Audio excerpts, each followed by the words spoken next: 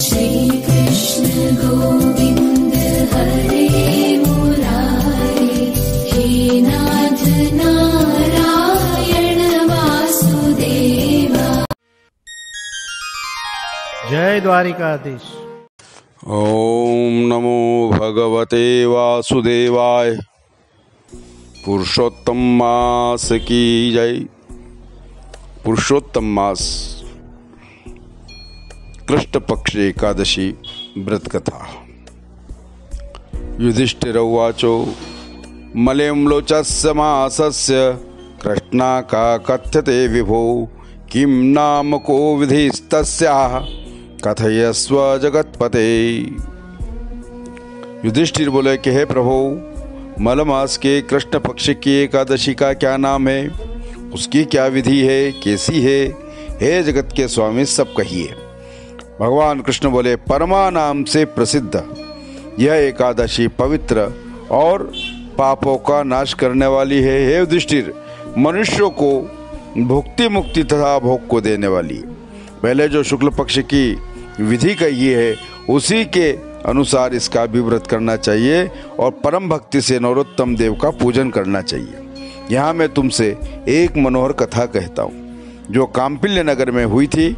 मैंने मुनियों से सुनी है।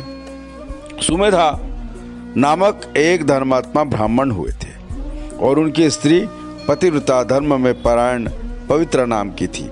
किसी कर्म से वह धन और धान्य से रहित हो गए। वह बहुत मनुष्यों से मांगने लगे और उसे वहीं भिक्षा भी नहीं मिलती थी। न कहीं भोजन पाता, न वस्त्र पाता, और रूप, यौवन और मधुरता से युक्त उसकी स्त्री थी, वह उसकी सेवा करती थी। जो कोई अतिथि आ जाता तो वह विशालाक्षी भूखी ही रह जाती, परंतु उसका भूख कभी म्लान नहीं होता था, कभी उसका मुख म्लान नहीं होता था, कभी कुमलाती नहीं थी।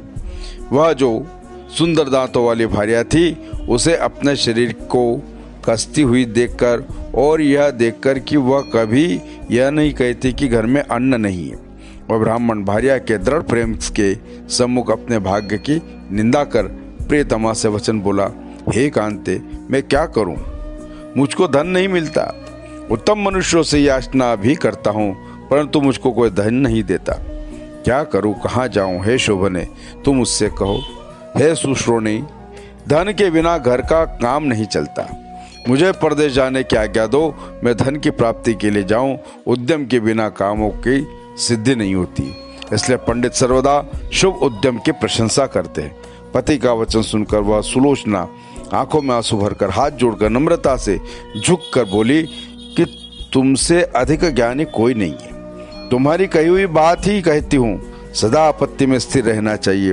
भूतल में बिना दान के स्वर्ण मेरु पर्वत में भी नहीं मिलता।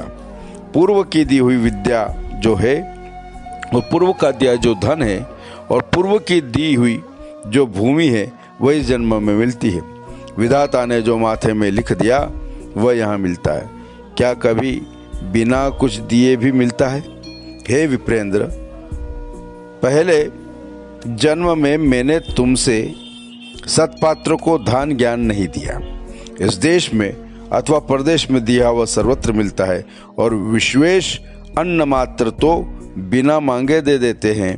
हे विप्रेंद्र, इसलिए तुमको यहाँ ही रहना चाहिए। हे महामुने, तुम्हारे बिना मैं क्षण मात्र भी नहीं रह सकती। जो स्त्री पति से बिछुड़ती है उसका न माता, न पिता, न भाई, न सास, न ससुर, न जन, न बंधु और कोई दूसरा आदर नहीं करता, बल्कि पति से ही स्त्री की निंदा करते हैं और उसको दुर्भगा कहते हैं। इसलिए जहाँ स्थिर होकर यहाँ सुख से विहार करो, तुम्हारे भाग्य के योग्य यहाँ भी प्राप्ति होगी। उसका यह वचन सुनकर वह विचक्षण वहाँ स्थिर रह गया। कुछ दिन के पश्चात वहाँ मुनियों में श्रेष्ठ कौंडिन्य ऋषि आए और उनको आया हुआ देखकर वह श्रेष्ठ ब्राह्मण सुमेधा अति प्रसन्न हुआ। स्त्री समेत शीघ्र ही उठकर बार बार नमस्कार कर बोला कि मैं धन्य हूँ, कृतार्थ हूँ, आज मेरा जन्म सफल हुआ। जो बड़े भाग्य से आपके दर्शन हुए, ऐसा मुनीश्वर से कहकर सुंदर आसन देकर पूजन किया। फिर विधि से भोजन कराकर वह उत्तम स्त्री पूछने लगी कि हे विद्वान, किस प्रकार से मेरा दारिद्र्य क्षय हो? पूर्व जन्म में किए हुए दान से धन की और विद्या की कैसे प्राप्ति होगी? मेरे पति मुझे छोड़कर विदेश जाने की इच्छा करते हैं, दूसरे देश में पराये नगर में मांगने के लिए जाना चाहते हैं, सो कहिए समझाकर रोक रखा इन्हें, अदत्त तो कुछ नहीं मिलता। ऐसा कहकर उन्हें निवारण किया। हे मुनिंद्र, मेरे भाग्य से आप यहाँ आ गए, आपके प्रसाद से मेरा दारिद्र्य निसंदेह नष्ट हो जाएगा। है विप्रेंद्र, कौन से उपाय से निश्चय पूर्वक मेरा दारिद्र्य दूर हो? हे कृपा सिंधु, ऐसे व्रत, तीर्थ, तप आदि कहिए। उन मुनि श्रेष्ठ ने सुशीला के वचन सुनकर चित्त में श्रेष्ठ तथा उत्तम व्रत विचार करके सब पापों के समूह को शांत करने वाले और दुख तथा दारिद्र्य का नाश करने वाले व्रत को कहा। परमा नाम से विख्यात सबसे उत्तम विष्णु की जो तिथि है, जो मलमास के कृष्ण पक्ष में भुक्ति मुक्ति रूप फल को देने वाली है, उसका व्रत करके मनुष्य धन धान्य से युक्त हो जाता है। विधि पूर्वक जागरण के साथ गीत और नृत्य आदि करके यह सुशोभन व्रत पहले कुबेर द्वारा किया गया। तब शिव जी ने प्रसन्न होकर उससे धन का स्वामी बना दिया। हरिश्चंद्र ने किया तो बहुत धन तथा राज्य का स्वामी हुए। हे विशालाक्षी, इसलिए तू इस उत्तम व्रत को विधि पूर्वक कर और विधि से युक्त जो यह व्रत है उसके जागरण करो। और हे पांडव, ऐसा कहकर उसकी सब विधि प्रीति से परम संतुष्ट होकर भक्ति से प्रसन्नता पूर्वक कहा। फिर उस ब्राह्मण से शुभ पंचरात्रि व्रत कहा, जिसके करने के मात्र से भुक्ति मुक्ति प्राप्त होती है। परमा के दिन प्रातः काल पौर्वाह्न विधि करके पंच का रात्रि व्रत को आरंभ करे। शक्ति के अनुसार सुंदर नियम से करे। प्रातः काल स्नान करके जो पुरुष 5 दिन तक निराहार रहे वह पिता माता स्त्री समेत विष्णु के स्थान को जाता है। और जो मनुष्य 5 दिन तक एक बार भोजन करके रहे वह सब पापों से छूटकर स्वर्गलोक को आनंद करता है। और जिसने 5 दिन तक स्नान करके ब्राह्मण को भोजन कराया, उसने विधि पूर्वक देवता असुर और मनुष्य समेत सब त्रिलोकी को भोजन कराया। जो मनुष्य जल से भरे कुंभ ब्राह्मण को दान किए, उसने मानो चराचर सहित ब्रह्मांड का दान किया। जो मनुष्य 5 दिन स्नान करके तिल मात्र पात्र का दान करता है, वह संपूर्ण भोगों को भोगकर सूर्य के लोक में आनंद करता है। जो नर 5 दिन ब्रह्मचर्य से रहता है, वह स्वर्ग में अप्सराओं के साथ आनंद से भोगों को भोगता है। हे शुभे, तू पति समेत ऐसे व्रत को कर तो धन धान्य से युक्त होकर हे सुव्रते स्वर्ग को प्राप्त होगी। इस प्रकार वह कौंडिन्य मुनि के कहने के अनुसार पति समेत स्नान करके मल मास में व्रत करने लगी और 5 रात्रि के व्रत पूरे होने पर पति समेत परमा का व्रत किया। तब उसने राजभवन में आते हुए राजा के पुत्र को देखा। सुंदर सब वस्तु से सहित नवीन घर देकर विधाता द्वारा प्रेरित व विधि पूर्वक ब्राह्मण को बसा गया और जीविका के निमित्त सुमेधा को गांव देकर उसके तप से प्रसन्न होकर राजा स्तुति करके अपने घर को गया।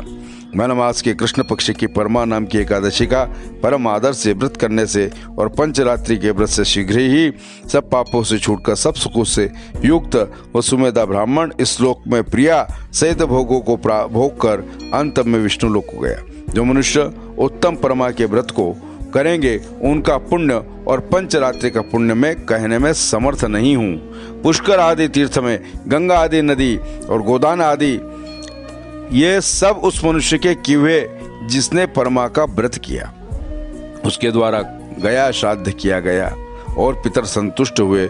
उसने व्रत खंड में कहे हुए सब व्रत किए। जैसे द्विपदों में ब्राह्मण श्रेष्ठ है, चतुष्पदों में गौ तथा देवताओं में इंद्र श्रेष्ठ है, वैसे महीनों में मलमास श्रेष्ठ है और मलमास में पापों को हरने वाली पिछले 5 दिन उससे भी परमा और पापों को नष्ट करने वाली पद्मनी उत्तम है। यह एकादशी अशक्ति में भी यथाशक्ति करनी चाहिए।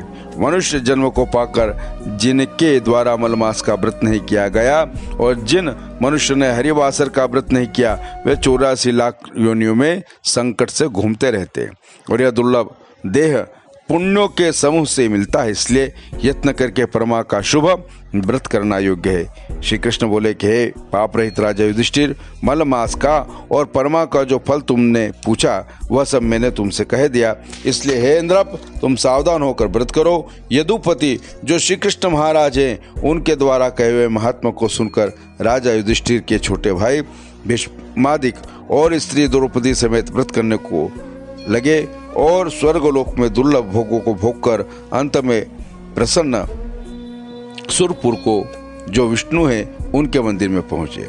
और भी जो मनुष्य पृथ्वी में मलमास में स्नान तथा सुंदर विधि पूर्वक दोनों एकादशी का और पंचरात्रि का व्रत करते हुए स्वर्ग से इंद्र के समान ऐश्वर्य को भोगकर त्रिभुवन वंदित जो भगवान विष्णु हैं उनके धाम को जाते हैं। बोलो पुरुषोत्तम भगवान की जय। इस प्रकार पुरुषोत्तम मास, अधिक मास की जो कृष्ण पक्ष की एकादशी जिसका नाम परमा है, इसका महात्म्य यहाँ संपन्न होता है। मोर मूढ़वंशी वाले की जय, गिरिराज धरण की जय, द्वारिकाधीश की जय, नव पार्वती पति हर हर महादेव हर। सभी प्रेमी भक्तजन से निवेदन है कि इस अधिक मास के महात्मा के अनुसार अंतिम 5 दिन भी श्रद्धा भक्ति के साथ श्री हरि का वंदन करे, पूजन करे, उनकी कथा को श्रवण करे, स्मरण करे, कीर्तन करे तो निश्चित रूप से जन्म जन्म के पाप दूर होंगे तथा भगवान में प्रीति, भगवान की भक्ति का वर्धन होगा। जय श्री कृष्ण।